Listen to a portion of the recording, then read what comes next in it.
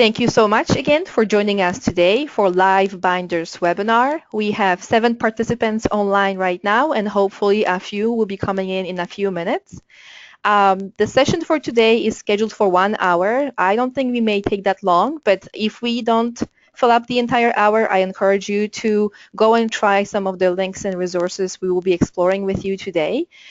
If you're interested in more Tech Tuesdays, we will be taking a break for the next 2 months and coming back with more interesting topics for you in September. All this information will be posted on our website on techtuesdays.alphaplus.ca, and of course there will be announcements directly on our website and in our news about the upcoming topics. And there are all kinds of interesting things we are working on, so stay tuned for more updates. Now, going back to our LiveBinders, let's take a quick look on how we are going to work on the session today. Today, it's not going to be only me. We are going to have another participant, Maria, who is my colleague here at AlphaPlus, who will join us just a bit later on to talk about LiveBinders and how she is using them in her work and with her colleagues in the field.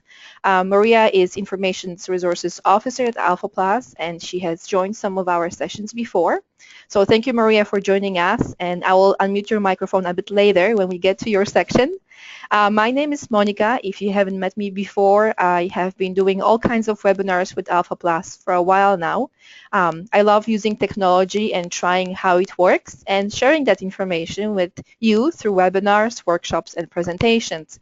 And the topic for today is really interesting because I think it's a tool that could be used by instructors to provide information to learners, but also for learners possibly, and setting up their portfolios or information for themselves as well.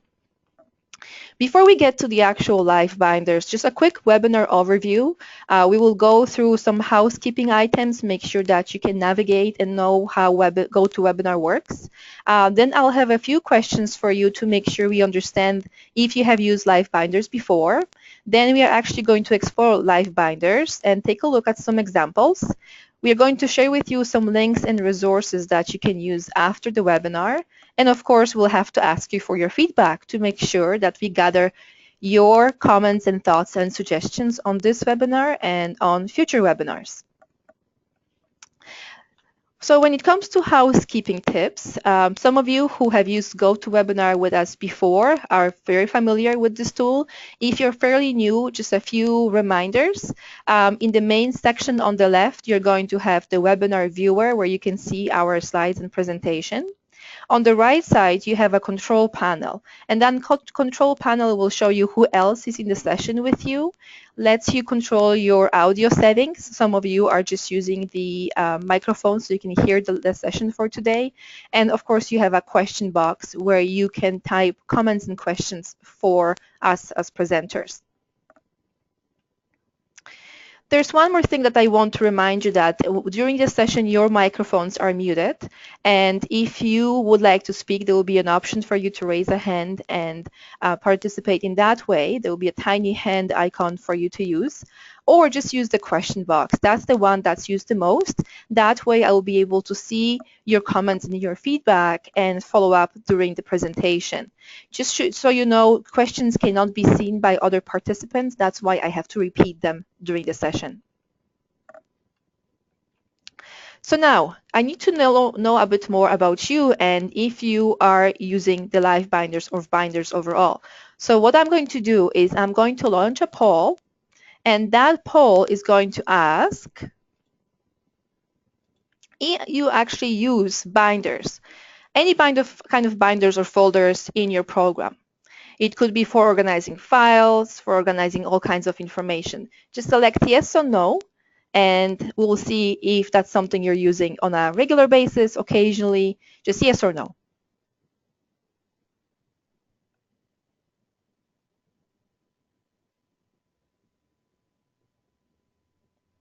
Okay, so I'm just going to wait a few more minutes, maybe 1 or 2 participants who didn't participate yet. Just click yes or no.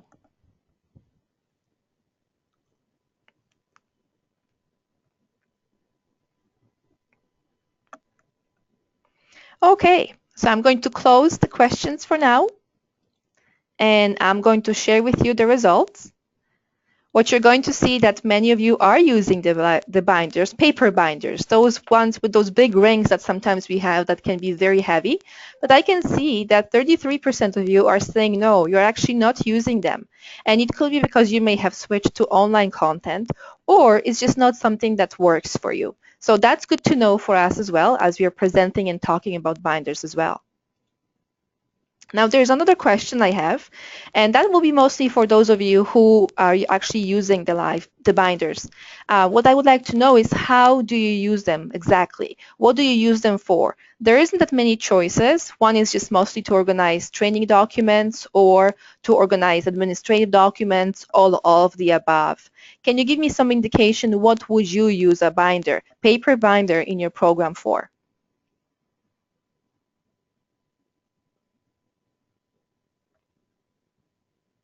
Okay, so the information that's coming in, I can see that it is for training or administration on both. Most of you are using it for everything.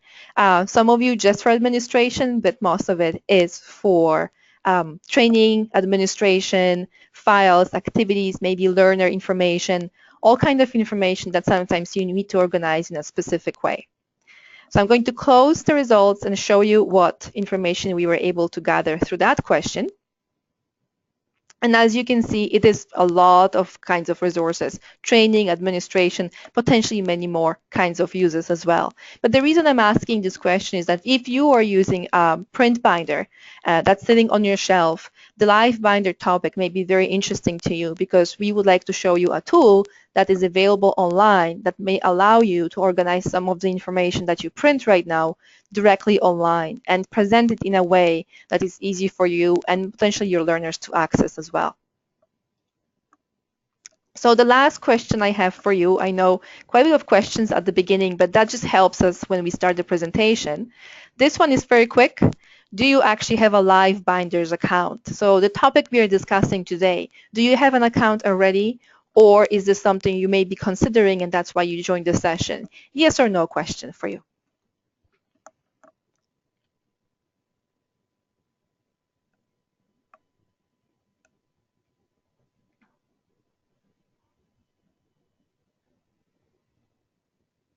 Okay, so from those answers that we have received, I can see that many of you are fairly new to LiveBinders, but some of you actually do have a LiveBinders account. So I will be very interested in learning more from those of you who have LiveBinders.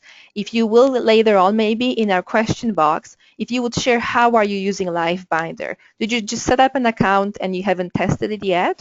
Or have you already set up an account and you're using it? And if you do, how are you using it? It will be really important for us to know so that we can share that information with others as well. So thank you for letting us know and answering all those questions. And we are going to now go back and continue with our presentation. So LiveBinders, the first question that will come to mind is what is a LiveBinder? And the organization that provides LiveBinders online defines it as a tool that is an online 3-ring binder for organizing your resources. I think it's a very nice way to describe something that is virtual and that is online, but that also makes us think very easily of how it could be organized and how it could look in a printed out way. So it is an online service that allows you to collect and organize information into tabs. The same way we have tabs in the binders. So in your binder, you may have a tab for costs and another tab for expenses. The LiveBinder you will be using could use tabs in a similar way and allows you to organize content into groupings and named tabs that will help you find the information faster. In the LiveBinders, you have links and documents that are often displayed right in the LiveBinder. And what that means is that you don't have to navigate away. You will be able to preview a lot of the content without even leaving the page. And in LiveBinders, you can share your LiveBinder by a link to the entire binder or even just a section of the binder and embed that LiveBinder in a website, which is really, really useful tool if you create websites or pages for your learners and so that they can go in and access that information very quickly. There's much more information about LiveBinders, and there's a very good introductory video that I recommend you could watch. So after the session today, if you have a few minutes, please feel free to go to the LiveBinder video and watch it. It's a very, very quick and interesting way to see how instructors and teachers are using it. What I would like to show you next is a sample LiveBinder. And what I'm going to do is I'm going to click on a link. It's going to take me away from this presentation and open a web page for me. So that may just take a few minutes to refresh on your page.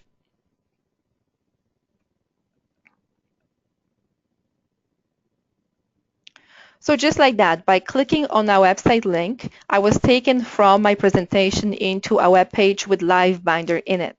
And this LiveBinder was created by me. It was just a few years ago that I worked on this one. It's about iPads and all kinds of apps and resources you can use. When we talk about tabs that you would see in a binder, it's the menu items you see on top. So the welcome is a tab, mobile technology in our lives is a tab, apps is a tab, and so on. So those are the tabs that we have in an online layout that in a binder would be a tab sticking out on the side. Each of those tabs allows me to actually navigate to more information. So when I click on mobile technology in our lives, I open a new page that has sub-pages within it, and I can navigate to those and open them as well. So for some of you who create websites, if you create a WordPress document, a WordPress site or Blogger or Weebly, all those sites have specific layouts and templates you're working with. When I think of LiveBinders, it's a similar idea. It's a web page or web pages that you set up, but it has a specific way it defines the pages for you and defines the menus. So in this case, it's not called a menu, it's just called a tab. So that's a bit easier for me to think about it. So I could really say that the mobile technology in our lives tab is a menu item, and all the items below are sub-menu items. But when you're creating it thinking it's a binder. I'm going to go back now to my presentation and show you a different LiveBinder. So it's going to open another LiveBinder again. Now this LiveBinder wasn't created by me. It's a LiveBinder I found on the LiveBinders website, and that's something you will be able to do as well. There's hundreds and hundreds of different binders you can access, and you can go in and open them, navigate through all the content and see how it's laid out and find all kinds of information, whether it's iPads or technology or activities or tips. All this information can be included in a LiveBinder. In this case, this is called Personal Digital Toolbox for Busy Educators.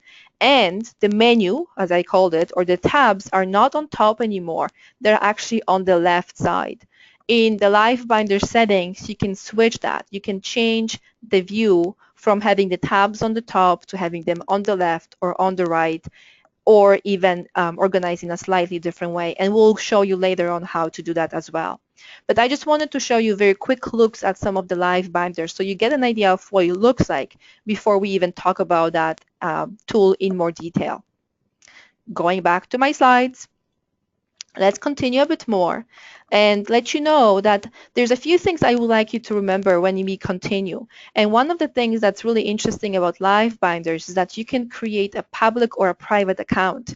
Very often, some of the instructors we work with are very sensitive about having something public. So you should know that there's a possibility to set up a private account that you can use within your organization, with your colleagues, or with your learners.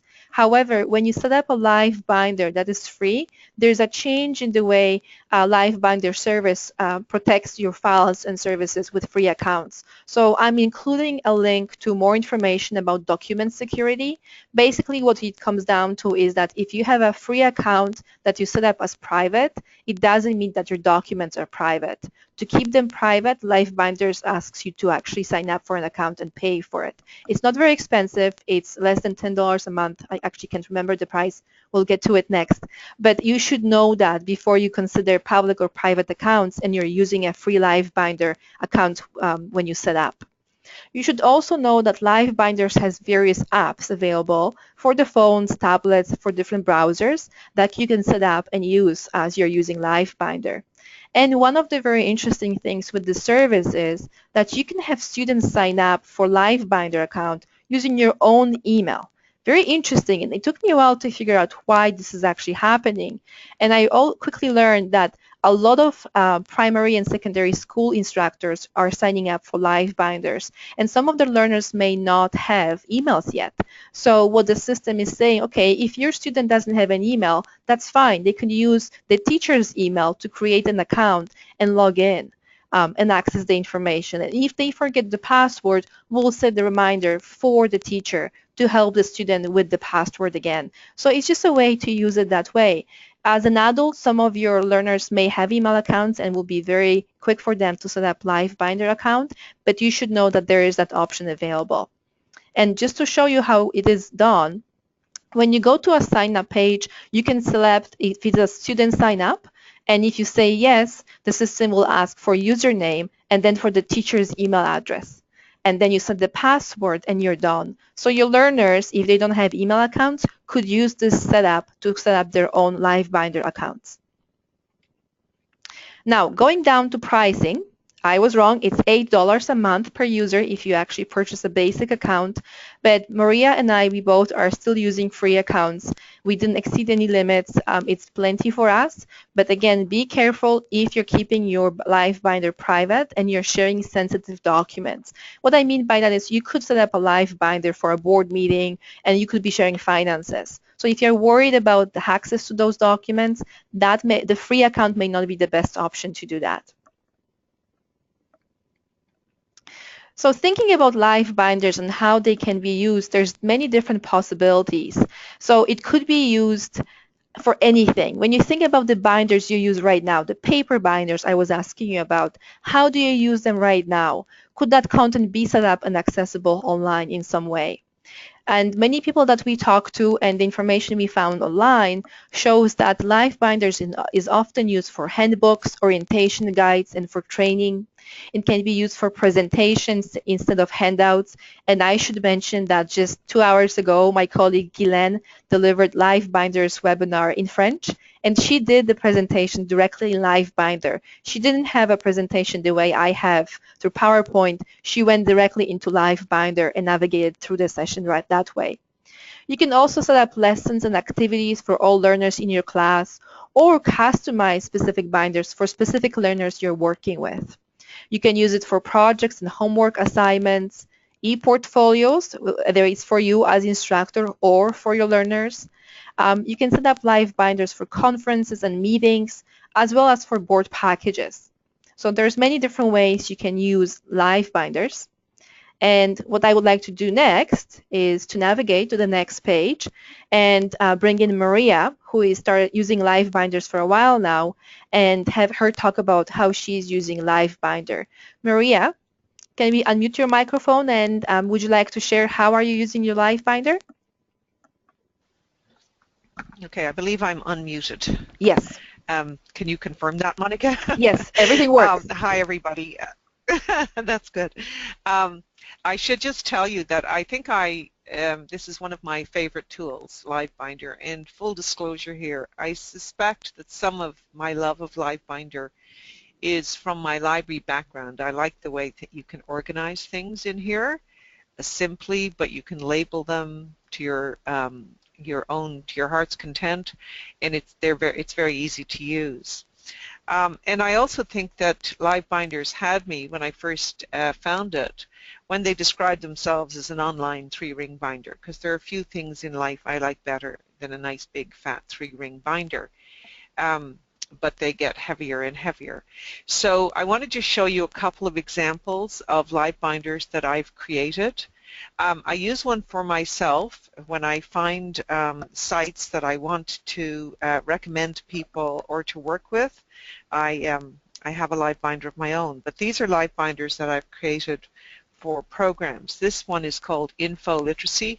I first created it for adult literacy instructors at the Toronto District School Board who were interested in having access to a space where they could quickly find materials for their students in the classroom. They were interested in website evaluation. So I found, you'll see if you read across these tabs that there are several on reading a website, parts of a web page, and general web page evaluation. They were also interested, I was interested too, in thinking about traditional and digital practice in adult literacy classrooms. So you'll see a tab there that has a very nice chart. So you can see that you can put all kinds of things into your LiveBinder depending on what your area of interest is. I also wanted to give them some quick and easy ways to find material. So if they wanted to do some online reading, there's Reader's Digest Canada. If they wanted to work with a learner on getting a driver's license in Ontario, we have a link to that. And then there's some math ones. So what I'm generally saying is you create the LiveBinder based on your interest and you label it how you want to label it so that it's easy for you to find the information again. Okay, Monica? Okay, so if I could just add to that, really a lot of the tabs we can see on your slide here, Maria, is mostly links to different websites. Yes. Okay, so we will go over that later on because you can also link to documents and images, but just that example is a very quick way to show that LiveBinder not only allows you to point users to different websites, but also, for example, Who is Canada, which has this tiny arrow up right there. When you go to it, it displays a preview of the website right away and then a link to it. So you can see what information is on specific website before you even go there. Okay. Okay. All right. I think this slide really speaks for itself. As I say, I'm a big fan of LiveBinders. I find them easy to use. I like the layout, and I have some control over the layout as I'm creating my LiveBinder, which I also like very much. I like that I can put resources by topic or theme or whatever all together in one place. I can add resources. I can take resources away. I can edit the LiveBinder, again, according to my own needs.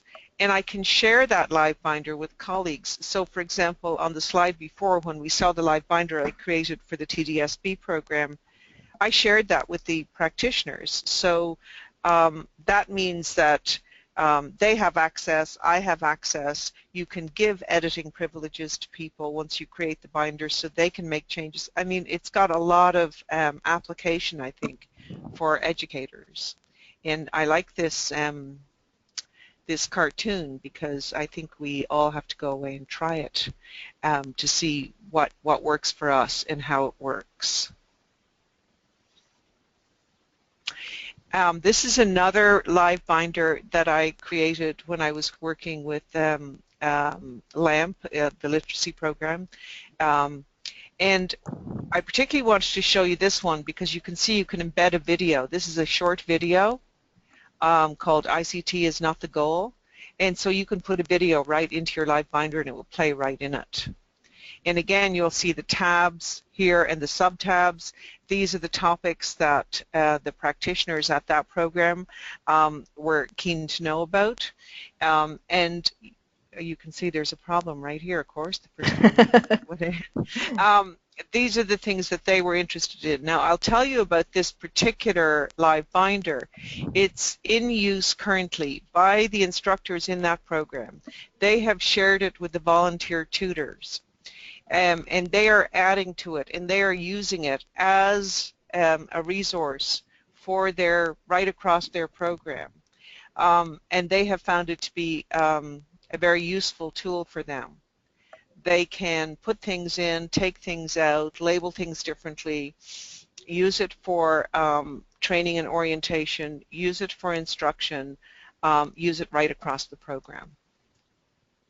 And I asked them to give me some feedback after they'd been using the LiveBinder for a while, and we'll see on the next slide what they had to say about it. And then this is what I heard back from the instructors. They liked it because it was simple and well organized, the links are accessible, so they can add whatever they want, and they can share it with their tutors, and it can be kept up to date. It's easy to navigate. I like this detail-oriented. I like that you can put lots of information in one of the tabs, so you know exactly what you're looking at, why you chose it. You can even put notes in there as to why you chose it, how you're planning to use it. So it becomes a one-stop resource for you. And again, the layout is relatively simple and well organized, and I think above all you have everything in one place. And as I say, these instructors are using that LiveBinder, actively sharing it with their tutors, adding to it, editing it to meet their needs in their program. That's fantastic, Maria. Thank you for sharing that. I'm going to take a few minutes and see if there are any questions for Maria or any suggestions. In the slides that we are sharing with you through PDF, they will be posted on our website. Hopefully you have them as well. You have an email address for me and for Maria, so if you want to contact Maria afterwards, please feel free to do so. We will be happy to help in any way we can. Absolutely. Thank you, Maria. So if there are any questions, this is the time to ask. If not, we're just going to continue. Maria is going to probably mute herself, but at any point, if you have any questions for her, again, we can bring her back and see if she can answer questions as well. But as we are waiting for your questions, I'm just going to move on and see if we can navigate to another slide, in which I hope to show you, of course, my assistant doesn't want to switch. More examples. And in this case, these are not examples of resources we have created.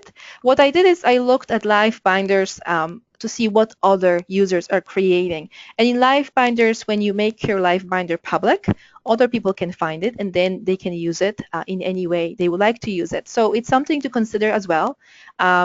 Depending if your content is sensitive or not, you may want to make it private. But the first thing I wanted to show you is an iPad LiveBinder, because if you're thinking about setting up iPads or using iPads in the classroom, here is a very simple LiveBinder that gives you information about all kinds of different applications and tools, helpful hints, different sites that you may want to explore, ebooks that you may want to download. And you see every time I switch between the tab, it takes me to another subtab or subtabs that I can click on, and that will take me to more information. Now, this user put a lot of links in there as well, and as with Maria's binders, as soon as you have the link and the website is accessible, it will display a preview for you, and you can literally almost navigate directly within LiveBinder on the website as well. Not all websites would allow to do that. Some websites block access to them through LiveBinder. So what will happen is you will see a link and there will be no preview, or the preview will say you have to go and click on the website address to see the actual website. Some people just don't like to have the websites embedded, and that is something that we have to agree with as well. But this is a very quick way to go and find all kinds of information and resources. And even if we didn't create them, you can go and see what other users are using and accessing as well. Now, I mentioned that LiveBinders could be used for portfolios as well, and that's something that I wanted to show you. This is a LiveBinder that has been set up by a teacher, and she has a LiveBinder for herself when she talks about her work and her presentations and the webinars she's doing and resources that she's recommending. So it's a really nice way. If you would like to do that for yourself, you could do that, but it's a good example of something that could be used as example for your learners, where they could set up a LiveBinder for themselves. Whether it's when they're looking for a job, they could have their resume on here, they could have job postings that they applied for, or the job searches they're doing.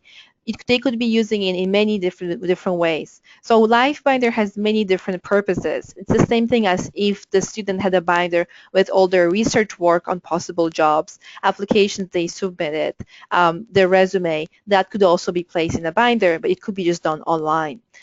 The nice thing about that is that they could then use email to share it with someone, or if they're away from home, potentially in a library, and they find a really good job posting, they could log in into the LiveBinder that is online and access their information and apply directly from there. So they don't have to go back home to access the information, which is a really nice way to speed up the process for some of us as well. And there will be a few other links that I include in the slides for you that I think you will be interested in exploring. There's some math activities. There's information about infographics. So if you're interested in creating infographics, somebody has created a LiveBinder for that. You know how we say there's an app for that? In this case, there's a LiveBinder for that as well, because there are just so many of them. So one more question for you, and again, I'm going to rely on you putting in content in the question box.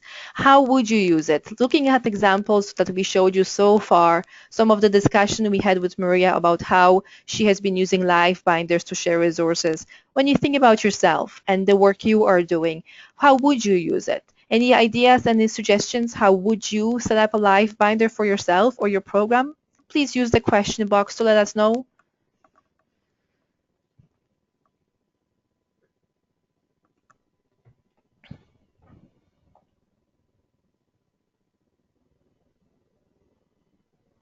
Any suggestions? You may not be ready yet. So Linda is saying, I could use this to share with the Literacy and Corrections Committee. Absolutely. Meetings, projects, various workshops you're doing. Vicky is suggesting sharing learning resources with students and co-workers. Absolutely. And there's so many things and so many different ways to try it. But the main thing is you need to try it and need to explore how this is working for you. Looking at some other suggestions from participants, Lori is saying to organize training materials for staff and volunteers, also organization of learning activities specific to individual learners. Absolutely, we all know that we have learners that have specific needs that we may need to add for them. So if having just one binder would be great, but if you can customize it for your learners, add extra resources that they may need, that's a very, very quick and easy way to do that. Angel is suggesting, I would like to have a student resources all in one place for them to use. That's a really good suggestion as well, Angel. And because they're previews of the websites, I think it may be very easy for learners to find their way around LiveBinder tabs and sub-menus to see how they can navigate and move through the binder as well. So really, really good suggestions. So the next step for us is going to take a closer look on how really you could use the LiveBinder. But before we get there, with all the suggestions you have, we go back to the things you should consider first. And we always repeat that information because we want to make sure that you consider all those questions before you actually start using the technology and tools.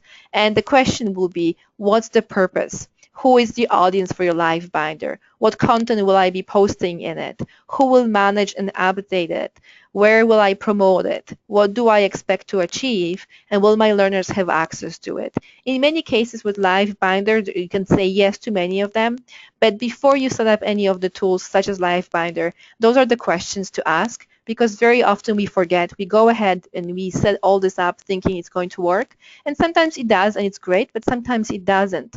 And we forgot to even think about the fact that we may need to update this information and then we don't have time. So it's something to consider and think about as we go. If you have any other suggestions, please add them in as well. But that's something that we always try to think about before we explore things. And nothing is wrong with exploring things, but even as you're exploring, ask the same questions. Is this going to work for me? How am I going to use it? How much time do I need for it? LiveBinder is very quick to learn. You just have to know some of the basics and some of the navigation.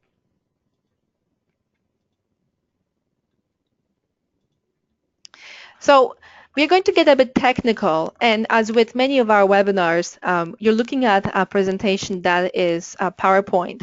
And what I did here is I took a few screen captures to show you some of the basics so you can come back and access this very quickly after the session.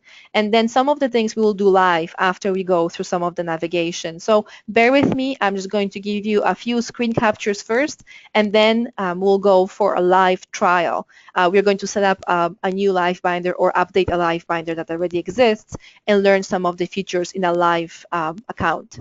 But for now, here's a very quick look at an account for LiveBinder when you're logged in. In the top right corner, you can see we're welcome AlphaPlus. That means I'm logged in. And on the left side, we have a dashboard with different sections. So the very first one is to create a new binder. Then there is an option to create a new shelf, uploads, binder stats, and so on. We're going to focus on a few of them so that you know what they mean and how they could be used. In the middle, you will see all the binders we have.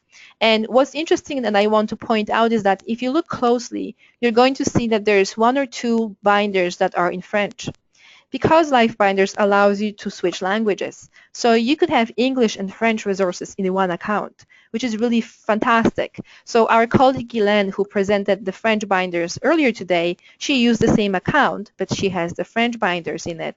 And Maria and I, we are using the English binders to work on our own content. So you can see some of our accounts here. The other thing I want to show you is that there's two binders in this screen capture that say private. And it says right over the binder, it will say private. That means that if I'm logged in, I can see them. But when I'm logged out and somebody comes to my account, they will not see the private binders. So you can see I have one for test because we were just testing the tool. So we didn't want to show it. But when I come in, I can use that test to learn a bit more and explore as well. So there's my binder section in the middle. And on the right side, there are different tips and information from the company that provides the service. So they give you tips on how to insert YouTube videos into it and how to find or organize your content. So you can see that for educational purposes, there are different themes and topics you can search or organize your content in that way as well. So that's a home page for when you log into your account. Let's take a closer look at creating a new binder. So in the dashboard, I can click on a new binder. It's going to pop up a box and ask me what's the binder name. If I want, I can add description and I can add tags. Tags, of course, are very useful if you're trying to organize the content and find the content later on. So you could use them for yourself. You don't have to if you don't feel like it, but it's a good way to know that you can search content by tags. Then you can choose if it's a personal binder or private. In this case, I have an option for personal, which is private, so only you and the people you choose can view your binder. What that means is I can have a private binder for myself and share it with specific people by email, for example. Or I can give them access key. So it could be a number or a code that they have to enter to be able to see the binder as well. And as I fill out all this information and create a new binder, my new binder is going to get created. The next step will be to put content in that new binder. So again, this is just a quick screen capture. And most of the content that you start with will be tabs. So you will have a few tabs to start with. It will be tab 1, tab 2, and tab 3. And the system will ask you what is the website or URL address you want to add. It may be assuming that the very first or one thing that you want to do is just to share websites. And that's the way many of us are using it. Maria is using that way. I'm using it that way to share websites. So what I could do is I could copy and paste, let's say AlphaPlus URL address right here in the address box and click insert. And what will happen is the system will automatically show a preview of AlphaPlus website. And it is actually just a screen capture here, but on a live site, I will be able to navigate through the menus as well. I can then go in and change the name of the tab, and in this case, I just put an AlphaPlus website. But you can choose whatever you want.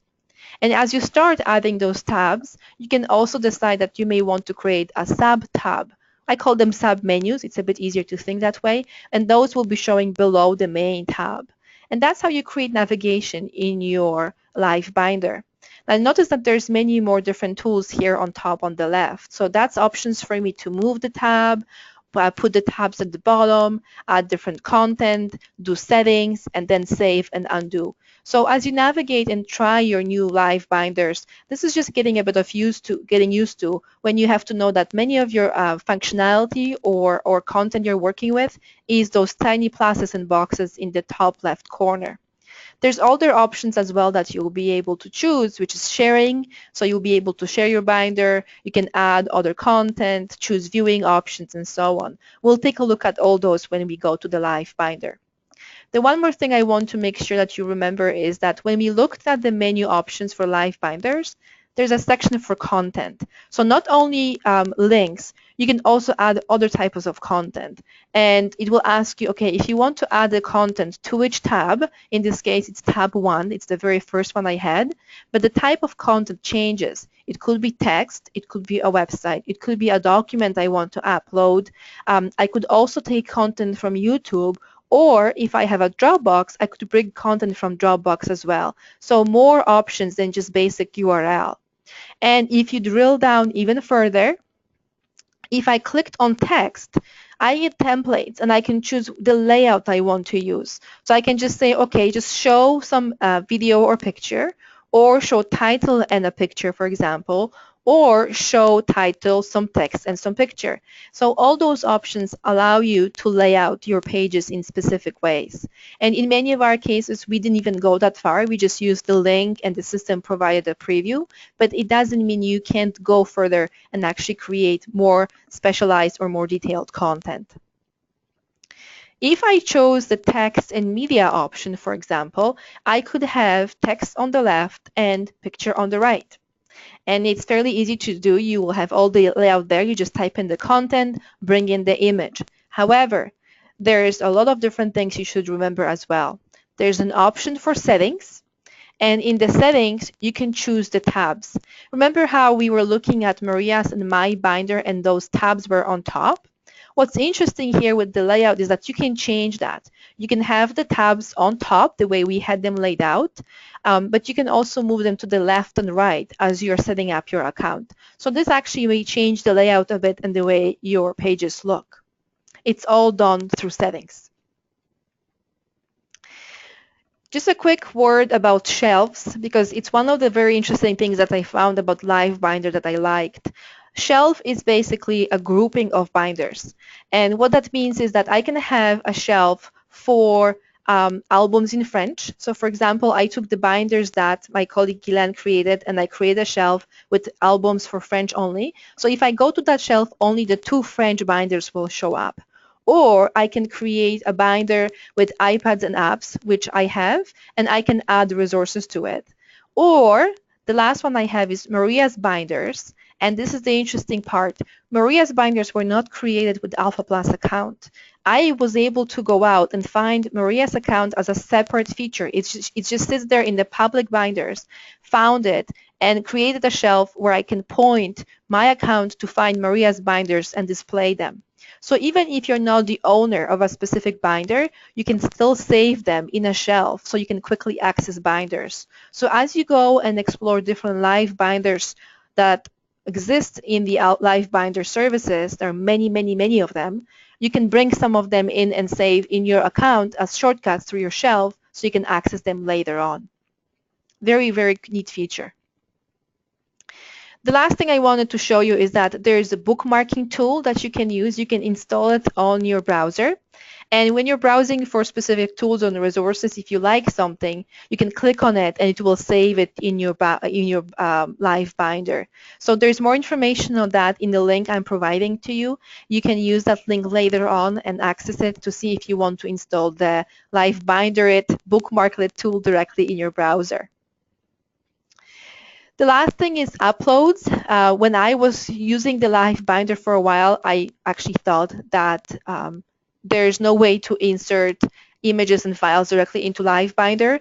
I thought that the only way to do it was to bring it via a URL link, but it's not true. There's an upload section where you can bring in documents, images, upload them into LiveBinder, get the link, and then go and create a new page and embed your links there. So there's so many different ways you can use and bring in content into your LiveBinder. You can share the LiveBinder in many different ways. One way is to provide the link to it, or you can also take the content, embed the entire binder in a specific web page, which is a really neat way to do it. You can also email it, or you can share it on social media or even Pinterest. The last thing I want to show you is that when you explore the LiveBinder, you will see that there's a possibility to comment because it's going to show in your dashboard that there are comments features. But it took me at least 10 minutes to figure out how you actually leave a comment. It's one of those features that is not developed very well yet. I think they're redesigning, reorganizing that feature. So if you at any point have a question about comments, I thought I will bring it in here as a screen capture so you will know. Because to add a comment to a LiveBinder, you actually have to go to a tool called Show Table of Contents. You click on that, it will open Table of Contents, and then there's a comment section that says Comments 0. You have to click on it, and only then you can submit a comment. Very, very hidden and very unusual way to provide that service. And I think many, many users that I know don't even know this exists, so they just ignore it. But if you ever wanted to explore commenting or comment on somebody's LiveBinder, these are the steps to actually get there. So we have all kinds of additional resources that you can use after this session. LiveBinder tutorials, different stories on how somebody is using it. The document security I mentioned when you set up a free public account or private account, what you need to know is here as well. There's a lot of feature LiveBinders that you should explore because there's so much content to find. They also have a YouTube channel that you may find very useful. And there's a very useful educator's guide to LiveBinders on EduBlogger that I really found very useful. So the next step for me is before I get you to the feedback, I actually want to share with you a specific LiveBinder and show you some of the features live. So now I'm looking at a website. I'm not in my presentation anymore, and I hope everybody can see it. And you will see that I'm looking at a home page. That homepage has sections with binders that we have created, but there's more binders now than we saw on the screen capture I had in my presentation. And the main reason for it is that Guylaine, my colleague, actually presented her binders today, so that's why it says updated. And I started working on a quick live binder that I thought we can work on together as well. Now, if I wanted to create a new binder from scratch, I will just come here to New Binder and follow the steps, which is giving it a name and start bringing content. But to save us a bit of time, what I thought I will do is I started a binder called Websites with Free or Low Cost Images, because I thought very often we are asked if we know of websites like that, so why not create a live binder for that and share with you. So what I'm going to do is click on it, and I'm going to say I want to edit this binder. And it's going to open up, and it's going to show you that I have a welcome page already. I have used the link to an image, and I know it's an image link because it ends with a JPEG, and that image displays on the right side. And on the left, I have some instructions and content. I could use all kinds of content here. It could be bullets, it could be all the information, it could be instructions for somebody. But in this case, this is my live binder just for pictures. So I'm encouraging the users to just check out the favorites above. And I started 2 different tabs already. So I have a Pixabay tab. And because I'm in the editing mode, the system says, okay, what's the name? It's a Pixabay. And what's the link? Here is a link for it. So I embedded that. I can just say insert, or because it's already there, the system is going to tell me, no, it's already there, so I can just ignore it. But that's the first tab. And morgue file is another tab that already exists. In this case, it's already giving me the preview.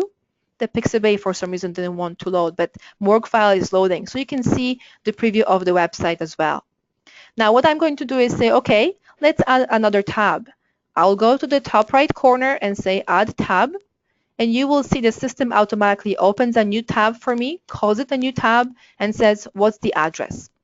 So in preparation for today, I found another website with amazing images.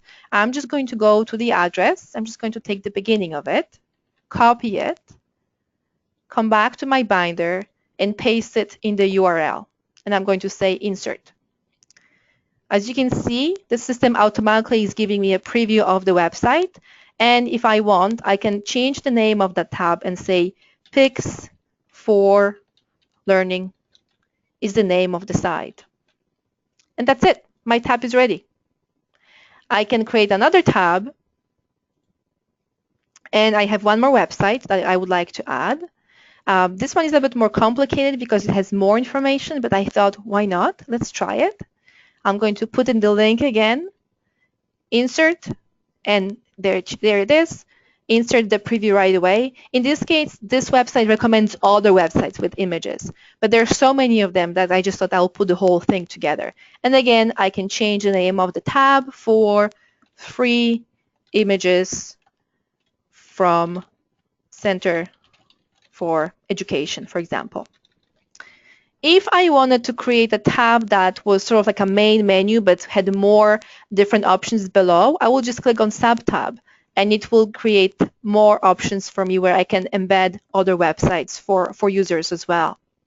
Now let's assume that in this case, I don't want to have just the link. I can go to Content, click on it, and select text, for example, and say, okay, in this case, I want to have a bit more content. So I'm going to select text and media. And as soon as the system takes it, okay, come on. Text and media, and it doesn't want to take it. But usually it does. What about this one? Oh, here it is. So now that I selected text and media, you can see I have tiny small boxes, and I can click there and edit. So I can say this is my left sidebar, and I can put all kinds of content there. I can also give it a title, save, and give it a title right on the top. Or I can use the sections on the right as well. So the title will be first. My title will be test 1. And then when I'm done, I'll save it by clicking the save button. And I can go again to the right. And on the right, because of the layout I selected, I can have the title, the text, and an image. And to bring the image, I have to add URL. It's a bit weird that way, but that's how it's going to work. So I will need the link here. But I don't have the link right now. So what can I bring in? Let's say I'll go and find a website. So here we go. There's a specific website for something. It doesn't matter what it is. I can just bring it here and insert. And sometimes it's going to work. And sometimes it's not going to work. So in this case, it didn't want to work for me. Here's my subtab that was working before. So let's see if I can bring anything else. Bear with me for a minute because I need a different link. Okay, let's go back here. How about here? Maybe I need an image. So if I take an image URL, come back here, paste it. It ends with JPEG, so it's an image, into current tab. So it's thinking I'm inserting it here, but not into the image. Not sure why. It should work. So I apologize for that. For some reason, it doesn't want to insert my image today. But you get the idea. You can create tab and subtabs, and you can organize the information in any way you want using the content.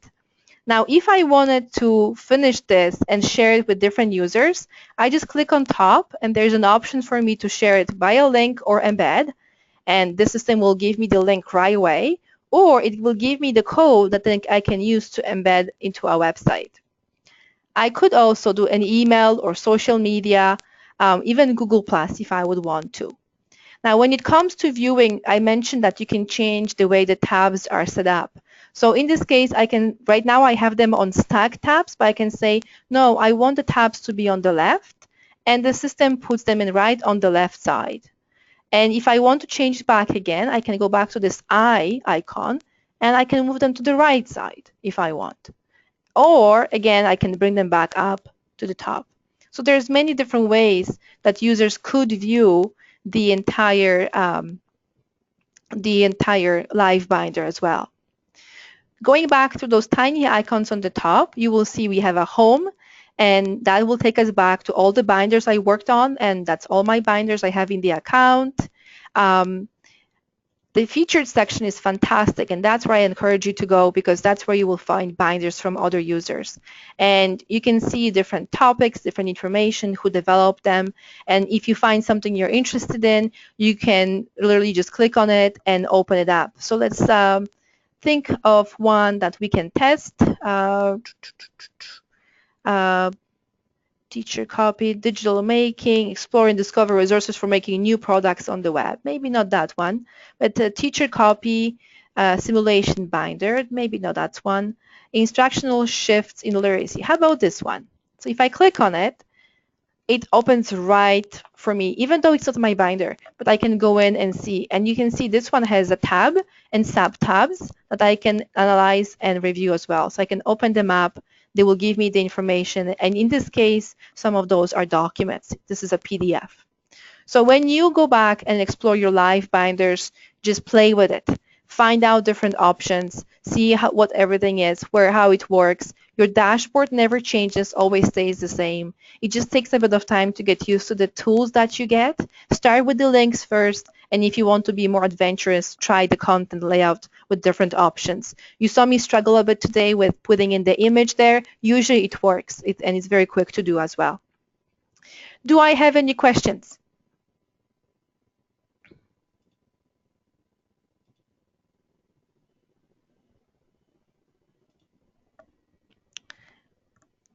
Any feedback or suggestions on how you would use LiveBinders? I'm sure you're still thinking about or exploring LiveBinders on your own. If you do, that's fantastic. If you don't have time now, I encourage you to try it after the webinar.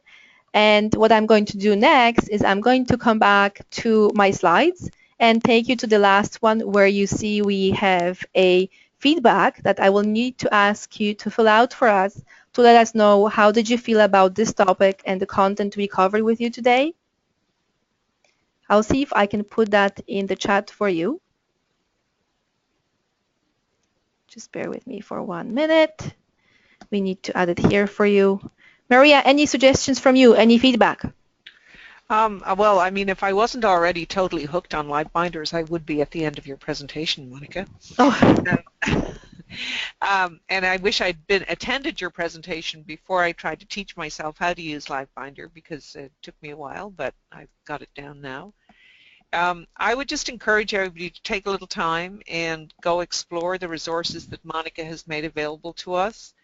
Create a LiveBinder for yourself and play a little bit, because I think you will find it actually a very useful tool to collect and display resources, documents, images for yourself and for your students. Absolutely, and thank you for that. This is something that takes a while to just sort of explore and figure out how you may want to use it, but just challenge yourself. My challenge with the picture LiveBinder was just to show you that it could be as simple as sharing specific resources, and we will complete that binder and share that with everyone so that you can access it at any time. But for you, some of the purposes you may have may be very different or even similar, and you can just try and explore things as well. I have a question from Courtney here, who is asking if there will be a playback of the session. So just to answer Courtney, yes, we are recording the session. You will be able to answer that afterwards, and all the slides will be available as well. They will be posted on our website, and they will be sent to you by email as well. And Linda, thank you very much for your feedback. Linda mentioned that she can see several different ways to use this with the committee in terms of sharing resources and other types of information, which is really, really good. Teamwork is fantastic, and if you have one place where you can go to gather information and resources, why not? Why not use something that make things easier for you as well? So I really encourage you to try LiveBinders, see how it works for you. If at any time there's something you need help with, if you want to share your LiveBinders with us, that would be fantastic. You can contact us on my email, Maria's email, or AlphaPlus's general email at info@alphaplus.ca. As I mentioned at the beginning, we will be taking a bit of a break from Tech Tuesdays. We'll come back in September. This is mainly because we know many of our webinar participants are going on vacation, taking time off. So that's why we will be taking a 2-month break from that as well. But if you want to keep updated on our upcoming webinars, please make sure that you're subscribed to our mailing list. There's a link in our PowerPoint as well. We will be providing updates on our website and sending information through the newsletters, so that way you will be able to find out about what's coming up and sign up for the upcoming sessions. And Maria, should I reveal what we are working on for the fall? Oh yes, please do. We think that I think in November we will be able to provide you with a webinar on gamification, and we are working with Literacy Link South Central to develop the session. So we're really excited about that, and we'll be in touch with more details and the actual dates and times. But that's one of the only few topics we have. There will be many more. Another one we are thinking about is a tool that you can use with Google Forms called Flubaroo that will allow you to mark your submissions. So you can have learners fill out a form or do activity online, and you will use that tool to grade all the submissions. And it's a very, very quick and easy tool to use. So we are really excited about that one as well. And we'll share that as one of our webinars in the fall or spring next year. So the lineup will be set up over the next coming months, and you will learn more as we go. For today, please fill out our survey. Let us know how you felt about the session. Let us know if you will be using LiveBinders or trying them out. And stay in touch. It's 4 o'clock. We are going to wrap up and finish the session for today. So thank you for your time. Thank you for your interest and participation. We really, really, really thank you for coming today. And we wish you all the best and have beautiful, beautiful summer. Thank you. Thank you, Monica. Bye-bye. Bye-bye, Thank everybody.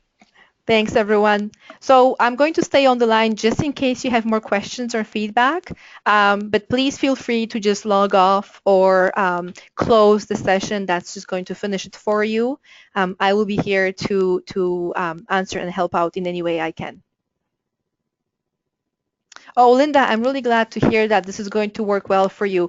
It's a fantastic tool. It's a very visual tool. So as soon as you go over the, putting in the URL and setting up your tabs, you will be set to go.